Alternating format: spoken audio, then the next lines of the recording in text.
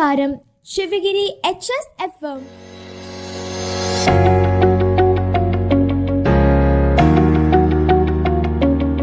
പോയ വാരത്തിലെ വിശേഷങ്ങൾ അവതരിപ്പിക്കുന്നത് അനോന, സിദ്ധു, സാന്ദ്ര, യുവിക.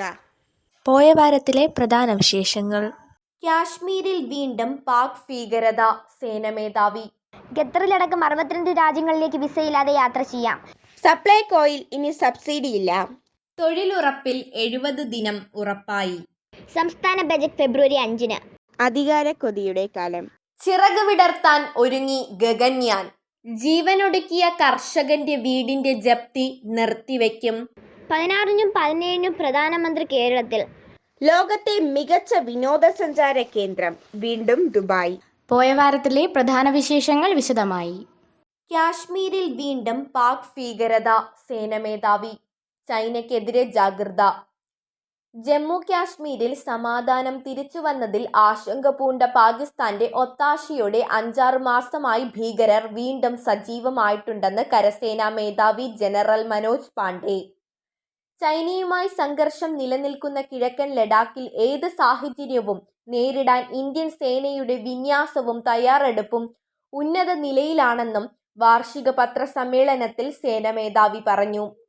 ജമ്മു കാശ്മീരിലെ രജൌരിയിലും പൂഞ്ചിലും ഭീകരപ്രവർത്തനം വർദ്ധിച്ചതിൽ പാകിസ്ഥാന്റെ പിന്തുണയുണ്ട്. നിയന്ത്രണ രേഖയിൽ നിരവധി നുഴഞ്ഞുകയറ്റ ശ്രമങ്ങൾ ഇന്ത്യൻ സൈന്യം തകർത്തു. കാശ്മീരിൽ ഭീകരത ഇല്ലാതാക്കി 2017-18 സമാധാനം പുനഃസ്ഥാപിച്ചതാണ്. ആ സമാധാനം തകർക്കാൻ എതിരാളികൾ നിഴൽ യുദ്ധം പ്രോത്സാഹിപ്പിക്കുകയാണ്. അതിനെ പ്രതിരോധിക്കാൻ ഇന്റലിജൻസ് ശക്തമാക്കി. പോലീസും സൈന്യവുമായുള്ള ഏകോപനവും മെച്ചപ്പെടുത്തി. ഖത്തറിലടക്കം 62 രാജ്യങ്ങളിലേക്ക് വിസയില്ലാതെ യാത്ര ചെയ്യാം. ഖത്തറടക്കം 62 രാജ്യങ്ങളിലേക്ക് വിസയില്ലാതെ ഇന്ത്യൻ പാസ്പോർട്ടുമായി ഇനി മുതൽ യാത്ര ചെയ്യാം. വിസ ഫ്രീ ആയോ ഓൺ അറൈവൽ വിസയിലോ ഇനി മുതൽ യാത്ര ചെയ്യാം. ഹെൻലി പാസ്പോർട്ട് സൂചിക 2024 അനുസരിച്ച് ഇന്ത്യ 80-ാം സ്ഥാനത്തെത്തിയോടെയാണ് വിസയില്ലാതെ 62 രാജ്യങ്ങളിലേക്ക് ഇന്ത്യക്കാർക്ക് യാത്ര ചെയ്യാനുള്ള അവസരമുണ്ടായത്.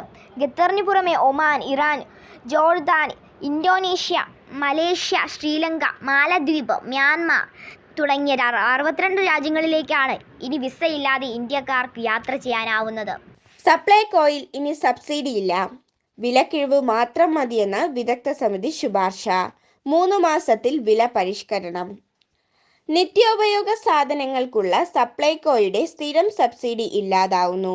വിപണിയിലെ ഏറ്റക്കുറച്ചിലുകൾ മനസ്സിലാക്കി 3 മാസം കൂടുമ്പോൾ വില പരിഷ്കരിക്കാൻ ആസൂത്രണ ബോർഡ് അംഗം ഡോക്ടർ കെ രവിരാമൻ അധ്യക്ഷനായ വിദഗ്ധ സമിതി ശുപാർശ ചെയ്തു. വിപണി വിലയുടെ ശരാശരി 30% വിലക്കിഴിവ് നൽകിയാൽ മതിയെന്നാണ് വിദഗ്ധ സമിതിയുടെ ശുപാർശ. റിപ്പോർട്ട് ബുധനാഴ്ചത്തെ മന്ത്രിസഭായോഗം പരിഗണിച്ചേക്കും. നിലവിൽ 13 ഉൽപ്പന്നങ്ങളാണ് സപ്ലൈകോ സബ്സിഡി നൽകുന്നത്. തൊഴിലുറപ്പിൽ 70 ദിനം ഉറപ്പായി. വെട്ടിക്കുറച്ച തൊഴിൽ ദിനങ്ങൾ കേന്ദ്രം പുനഃസ്ഥാപിച്ചതോടെ സംസ്ഥാനത്തെ 15.50 ലക്ഷം കുടുംബങ്ങൾക്ക് ആശ്വാസമായി. തൊഴിലുറപ്പ് പദ്ധതിയുടെ ഭാഗമായി ഉപജീവനം കണ്ടെത്തുന്ന ഈ കുടുംബങ്ങൾക്ക് ഇതോടെ ശരാശരി 70 തൊഴിൽ ദിനങ്ങൾ ഉറപ്പാക്കാനാകും.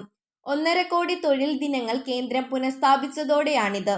ഇതോടെ കഴിഞ്ഞ വർഷത്തിന് സമാനമായി 9.50 കോടി തൊഴിൽ ദിനങ്ങൾ സംസ്ഥാനത്തിന് ലഭിക്കും. ഈ വർഷം തൊഴിൽ ദിനങ്ങൾ 10 കോടി കടക്കാനുള്ള അധിക ശ്രമത്തിലാണ് സംസ്ഥാന സർക്കാർ. അങ്ങനെയായാൽ ശരാശരി 70 തൊഴിൽ ദിനങ്ങൾ ഉറപ്പാകും. കഴിഞ്ഞ വർഷം ഒരു കുടുംബത്തിന് ലഭിച്ച ഉയർന്ന ശരാശരി തൊഴിൽ ദിനങ്ങൾ 63 ഈ മാസം 10-ന് ചേർന്ന കേന്ദ്ര ഗ്രാമവികസന മന്ത്രാലയത്തിന്റെ എംപവേർഡ് കമ്മിറ്റിയാണ് ലേബർ ബഡ്ജറ്റ് 9.50 കോടിയായി വർദ്ധിപ്പിച്ചത്. സംസ്ഥാന ബജറ്റ് ഫെബ്രുവരി 5-ന്. സംസ്ഥാന സർക്കാരിന്റെ അടുത്ത സാമ്പത്തിക വർഷത്തേക്കുള്ള ബജറ്റ് ഫെബ്രുവരി 5-ന് അവതരിപ്പിക്കും. ധനമന്ത്രി KN ബാലഗോപാലാണ് ബജറ്റ് അവതരിപ്പിക്കുക. സാമ്പത്തിക അവലോകന റിപ്പോർട്ട് ഫെബ്രുവരി 4-ന് നിയമസഭയുടെ മേശപ്പുറത്ത് വയ്ക്കും. നിയമസഭാ സമ്മേളനം മാർച്ച് 27 വരെ നീളുമെന്ന് നിയമസഭ സെക്രട്ടറി അറിയിച്ചു. അധികാരക്കൊതിയുടെ കാലം. മുഖ്യമന്ത്രിയെ വേദിയിലിരുത്തി MDയുടെ വിമർശനം. അധികാരം ജനസേവനത്തെ കുഴിച്ചുമൂടി. മുഖ്യമന്ത്രി പിണറായി വിജയൻ വേദിയിലിരിക്കുമ്പോൾ അധികാര വിമർശനം നടത്തി MD വാസുദേവൻ നായർ. കോഴിക്കോട് കേരള ലിറ്ററേച്ചർ ഫെസ്റ്റിവലിൻ്റെ ഉദ്ഘാടന ചടങ്ങിലാണ് മുഖ്യാതിഥിയായി സംസാരിച്ച MD വാസുദേവൻ നായർ EMS സമാരാധ്യനായതെങ്ങനെയെന്ന് പറഞ്ഞുകൊണ്ട് അധികാരത്തെ വിമർശിച്ചത്. അധികാരമെന്നാൽ ജനസേവനത്തിന് കിട്ടുന്ന മെച്ചപ്പെട്ട ഒരവസരമെന്ന സിദ്ധാന്തത്തെ പണ്ടെന്നോ നമ്മൾ കുഴിച്ചുമൂടിയെന്ന് MD പറഞ്ഞു. അസംബ്ലിയിലോ പാർലമെന്റിലോ മന്ത്രിസഭയിലോ ഒരു സ്ഥാനം എന്നുവെച്ചാൽ ആധിപത്യത്തിനുള്ള തുറന്ന അവസരമാണെന്ന് MD ചൂണ്ടിക്കാട്ടി. 1957 ബാലറ്റ് പെട്ടിയിലൂടെ കേരളത്തിൽ കമ്മ്യൂണിസ്റ്റ് അധികാരത്തിൽ വന്നതോടെ ലക്ഷ്യം നേടി എന്ന അലംഭാവത്തിൽ എത്തിപ്പെട്ടവരുണ്ടാവാം. ആൾക്കൂട്ടത്തെ ഉത്തരവാദിത്വമുള്ള ഒരു സമൂഹമാക്കി മാറ്റിയെടുക്കാനുള്ള ഒരു പ്രസ്ഥാനത്തിന്റെ തുടക്കം മാത്രമാണ് അധികാരത്തിന്റെ അവസരമെന്നു വിശ്വസിച്ച നേതാവായിരുന്നു EMS. അതുകൊണ്ടാണ് അദ്ദേഹം മഹാനായ നേതാവാകുന്നതെന്നും MD പറഞ്ഞു. ചിറക് വിടർത്താൻ ഒരുങ്ങി ഗഗൻയാൻ. മനുഷ്യനെ ബഹിരാകാശത്തെത്തിക്കുന്ന ISROയുടെ ഗഗൻയാൻ പദ്ധതിയുടെ ആദ്യ പരീക്ഷണ പറക്കൽ ജൂണിന് മുമ്പ് നടത്തും. മനുഷ്യപേടകവുമായി യാത്രികരില്ലാതെയാണ് ആദ്യ പറക്കൽ. പിന്നീട് റോബോട്ടുമായി രണ്ടാം പറക്കൽ നടത്തും. മനുഷ്യരുമായുള്ള പറക്കൽ 2025-ലാണ്. 2014 പ്രഖ്യാപിച്ച പദ്ധതി കോവിഡ് മൂലമാണ് വൈകിയത്. ആദ്യ പരീക്ഷണ പറക്കലിൽ ഗഗൻയാൻ സർവീസ് മൊഡ്യൂളും ക്രൂ മൊഡ്യൂളും ഉൾപ്പെടുന്ന ഓർബിറ്റൽ മൊഡ്യൂൾ എന്ന ഗഗൻയാൻ പേടകം GSLV റോക്കറ്റ് ഉപയോഗിച്ച് ശ്രീഹരിക്കോട്ടയിലെ സതീഷ് ധവാൻ റോക്കറ്റ് നിലയത്തിൽ നിന്ന് ബഹിരാകാശത്തേക്ക് കുതിക്കും. ഭൂമിയിൽ നിന്ന് 165 കിലോമീറ്റർ ഉയരത്തിൽ ഓർബിറ്റൽ മൊഡ്യൂൾ വിക്ഷേപിക്കും. അത് പിന്നീട് മുകളിലേക്ക് ഉയർത്തി 350 കിലോമീറ്ററിന് മേലെ എത്തിക്കും. അവിടെ നിന്ന് ഭൂമിയെ ഒരു തവണ പ്രദക്ഷിണം വെക്കും. പിന്നീട് ഭൂമിയിലേക്ക് തിരിച്ചു വന്ന് കടലിൽ പതിക്കും. പേടകത്തിൽ യാത്രക്കാരോ വയോമിത്ര എന്ന റോബോട്ടോ ഉണ്ടാകില്ല. ചന്ദ്രന്റെ ദക്ഷിണ ധ്രുവത്തിൽ പേടകമിറക്കാൻ കഴിഞ്ഞതും ലഗ്രാഞ്ച് പോയിന്റിൽ പേടകം സ്ഥാപിക്കാൻ കഴിഞ്ഞതും ISROയുടെ ആത്മവിശ്വാസം കൂട്ടിയിട്ടുണ്ട്. 16-നും 17-നും പ്രധാനമന്ത്രി കേരളത്തിൽ. പ്രധാനമന്ത്രി നരേന്ദ്രമോദി ജനുവരി 16-17 തീയതികളിൽ കേരളത്തിൽ എത്തുമെന്ന് BJP സംസ്ഥാന പ്രസിഡന്റ് K. സുരേന്ദ്രൻ. 16-ന് വൈകുന്നേരം 6 മണിക്ക് കൊച്ചിയിലെത്തുന്ന അദ്ദേഹത്തിന് BJP പ്രവർത്തകർ സ്വീകരണം നൽകും. തുടർന്ന് റോഡ് ഷോയും ഉണ്ടാകും. 17-ന് രാവിലെ ഗുരുവായൂരിലെത്തുന്ന നരേന്ദ്രമോദി സുരേഷ് ഗോപിയുടെ മകളുടെ വിവാഹത്തിലും സമൂഹ വിവാഹത്തിലും പങ്കെടുക്കും. ജീവനൊടുക്കിയ കർഷകന്റെ വീടിന്റെ ജപ്തി നിർത്തിവെക്കും. വായ്പ നിഷേധിക്കപ്പെട്ടതിനെ തുടർന്ന് ജീവനൊടുക്കിയ കർഷകൻ തകഴി കുന്നുമ്മക്കാട്ടിൽ പറമ്പിൽ KG പ്രസാദിന്റെ വിധവയും മക്കളും പെരുവഴിയിലാകില്ല. പ്രസാദിന്റെ വീടും 5 സെന്റ് വസ്തുവും ജപ്തി ചെയ്യാനുള്ള നടപടി നിർത്തിവെക്കാൻ പട്ടികജാതി പട്ടികവർഗ വകുപ്പ് ഉത്തരവിട്ടു. പരമാവധി ഇളവ് നൽകി വായ്പ തീർപ്പാക്കാനും കുടുംബത്തോട് സംസാരിക്കാനും ഉദ്യോഗസ്ഥരോട് മന്ത്രി നിർദ്ദേശിച്ചിരുന്നു. ഇതേ തുടർന്ന് ജില്ലാ മാനേജർ MK ബോസും സംഘവും വീട്ടിലെത്തി ജപ്തി ഒഴിവാക്കുന്നതിനുള്ള അപേക്ഷ എഴുതി വാങ്ങി. പ്രസാദിന്റെ ഭാര്യ ഓമന 2022 ഓഗസ്റ്റ് 27-ന് പട്ടികജാതി പട്ടികവർഗ വികസന കോർപ്പറേഷനിൽ നിന്നെടുത്ത സ്വയം തൊഴിൽ വായ്പയിൽ 17,600 രൂപ കുടിശ്ശികയായതിനെ തുടർന്നാണ് ജപ്തി നോട്ടീസ് അയച്ചത്. ഓമനയുടെ അപേക്ഷ പരിഗണിച്ച് തീരുമാനിക്കുന്നതിനായി മന്ത്രിക്കും ഹെഡ് ഓഫീസിലേക്കും റിപ്പോർട്ട് നൽകുമെന്ന് പട്ടികജാതി പട്ടികവർഗ വികസന കോർപ്പറേഷൻ ജില്ലാ മാനേജർ പറഞ്ഞു. പാട്ടത്തിനെടുത്ത 3.5 ഏക്കറിൽ വളമിടാൻ 500,000 രൂപ വായ്പ ലഭിക്കാത്തതിനെ തുടർന്ന് 2023 നവംബർ 11-നാണ് പ്രസാദ് ജീവനൊടുക്കിയത്. ലോകത്തെ മികച്ച വിനോദസഞ്ചാര കേന്ദ്രം വീണ്ടും ദുബായ്. സഞ്ചാരികളുടെ ഏറ്റവും പ്രിയപ്പെട്ട വിനോദസഞ്ചാര കേന്ദ്രമായി വീണ്ടും ദുബായ് തിരഞ്ഞെടുക്കപ്പെട്ടു. ട്രാവൽ ബുക്കിംഗ് ആൻഡ് റിവ്യൂ പ്ലാറ്റ്ഫോമായ ട്രിപ്പ് അഡ്വഞ്ചർ 2024-ലെ ട്രാവലേഴ്സ് ചോയ്സ് പുരസ്കാരമാണ് ദുബായിക്ക് ലഭിച്ചത്. 1-ാം നമ്പർ ആഗോള ലക്ഷ്യസ്ഥാനമെന്ന അംഗീകാരം തുടർച്ചയായി 3-ാം വർഷമാണ് ദുബായിക്ക് ലഭിക്കുന്നത്. ദുബായ് കിരീടാവകാശിയും ദുബായ് എക്സിക്യൂട്ടീവ് കൗൺസിൽ ചെയർമാനുമായ Sheikh Hamdan bin Mohammed bin Rashid Al Maktoum തന്റെ X അക്കൗണ്ടിലൂടെയാണ് ഇക്കാര്യം അറിയിച്ചത്. പതിറ്റാണ്ടുകൾക്ക് മുൻപ് കൈവരിക്കാനാകാത്ത സ്വപ്നമാണ് വിനോദസഞ്ചാര മേഖലയിൽ ദുബായിയുടെ സ്ഥിരതയാർന്ന നേട്ടങ്ങൾ. UAE വൈസ് പ്രസിഡന്റും പ്രധാനമന്ത്രിയും ദുബായ് ഭരണാധികാരിയുമായ Sheikh Mohammed bin Rashid Al മക്തൂമിന്റെ മികവാർന്ന നേതൃത്വത്തിന് നന്ദി.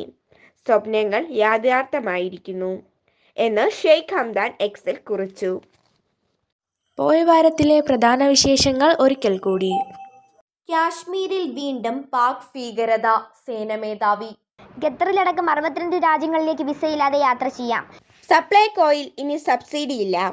തൊഴിലുറപ്പിൽ 70 ദിനം ഉറപ്പായി. സംസ്ഥാന ബജറ്റ് ഫെബ്രുവരി 5-ന്.